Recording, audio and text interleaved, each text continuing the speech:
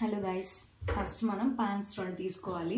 ఒకటి చట్నీకి, ఒకటి కర్రీకి. మనం నెక్స్ట్ కొంచెం చట్నీ దాంట్లో ఆయిల్ వేసుకోవాలి, ఇంకా నెక్స్ట్ కర్రీ దాంట్లో కూడా ఆయిల్ వేసుకోవాలి.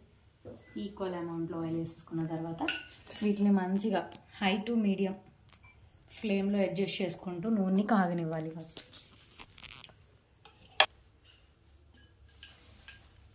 మనం వీటిని వేయించుకోవాలన్నమాట.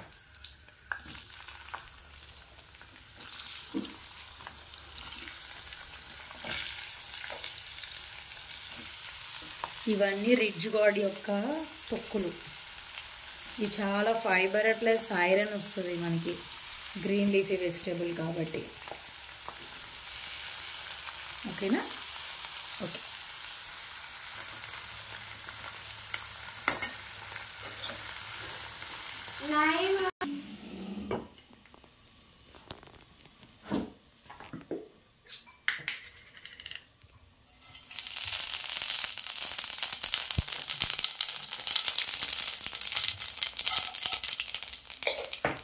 మనం ఫస్ట్ ఇవన్నీ వేసుకోవాలన్నమాట.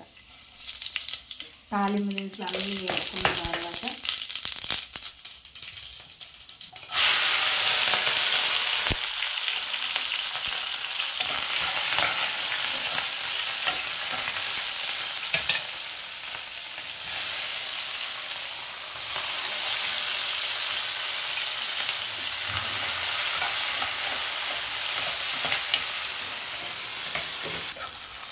మనం ఫస్ట్ తాలింపు దినుసులు ఇవన్నీ వేసుకున్న తర్వాత మనం క్యాప్సికమ్ ముక్కలు, నెక్స్ట్ పచ్చిమిర్చి రెండు కలిపి వేసుకోవాలి. ఫస్ట్ మనం ఇప్పుడు బీరకాయ క్యాప్సికమ్ రెండు చేస్తున్నాం కాబట్టి లో ఫ్లేమ్లో పెట్టుకొని మాడనివ్వకుండా చేసుకోవాలన్నమాట.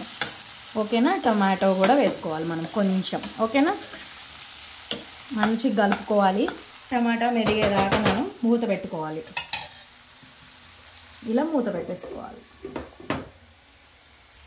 దీనిలో కొంచెం మనం ఫ్లేవర్ కోసం పుదీనా వేసుకుంటున్నాం. చాలా అంటే చాలా లైట్గా. మనం ఉడికేటప్పుడు ఇలా జీరా ఫ్లేవర్ అనేది దిగుతుంది కాబట్టి. ఓకేనా? లైట్గా వేసుకోవాలి, అన్నీ ఓవర్గా ఏది వేయకూడదు. చక్కగా లిడ్ పెట్టేసి ఉడకనివ్వాలి. దీనిలో మంచి ఫ్లేవర్ కోసం మనం కొత్తిమీర కూడా వేసుకుంటాం అన్నమాట. ఓకేనా? పచ్చళ్ళలో వేసుకోవాలి. నెక్స్ట్ వచ్చేసరికి మనం ఎప్పుడైనా గార్నిష్ కన్నా ముందే మనం కొంచెం వీటిలో వేసుకుంటేనంటే ఎక్కువ మనకి ఫ్లేవర్ అనేది దిగుతుంది. దానిలో ఉండే న్యూట్రియంట్స్ అన్నీ ఆ కర్రీలో వస్తాయి అన్నమాట. మనం పైన జస్ట్ గార్నిష్కి వేసుకుంటే మనకు అంత ఏమి ఉండదు. ఓకేనా? నెక్స్ట్ వచ్చేసరికి మనం ఇక్కడ కరివేపాకు వేసుకున్నాం. అన్నీ లైట్గా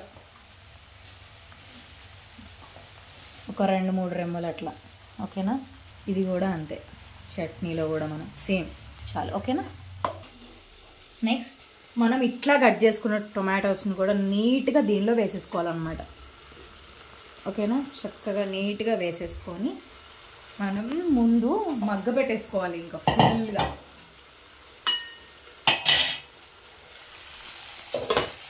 ఇలా లిడ్ పెట్టేసుకొని మగ్గ పెట్టేసుకోవాలి.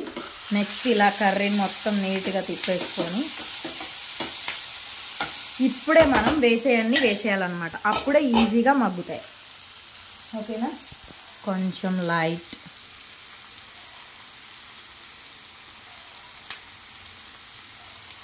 కొంచెం పసుపు,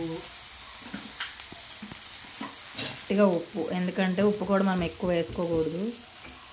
దానికి ఎంత పడుతుందని మనకు తెలియదు. ఉప్పు కసిమైపోతే ప్రాబ్లం అవుతుంది. నెక్స్ట్ ఒక్క 2 స్పూన్స్ కారం. That's it. మనం ఇప్పుడు బీరకాయ ముక్కలన్నీ వేసేసుకోవాలి. ఎందుకంటే బీరకాయ ముక్కలు చాలా ఈజీగా మగ్గిపోతాయి కాబట్టి మనం లాస్ట్లో వేసుకోవాలన్నమాట. వీటిని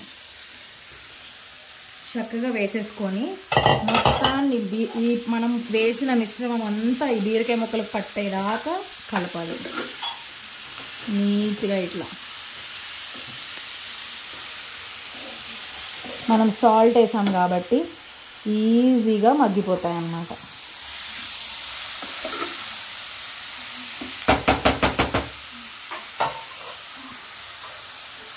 చక్కగా ఇలా పెట్టేసుకొని లో ఫ్లేమ్లో పెట్టి మనం మూత పెట్టేయాలి. బీరకాయల నుంచే వాటర్ వస్తాయి. నెక్స్ట్ ఇప్పుడు చట్నీ దగ్గరికి వెళ్దాం. ఇప్పుడు చట్నీలో మనం ఇందాక వేయలేదు కాబట్టి అవి మంచిగా ఉడకాలి అంటే మనం కొంచెం సాల్ట్ వేసేసుకొని చక్కగా మూత పెట్టేయాలి. మనం ఇప్పుడే ఇట్లా మూత పెట్టేయాలి. ఆ సాల్ట్కి అదే ఉడికిపోతుంది. మనం ఫస్ట్ కొంచెం చక్కగా లైట్గా చింతపండు వేసుకుందాం.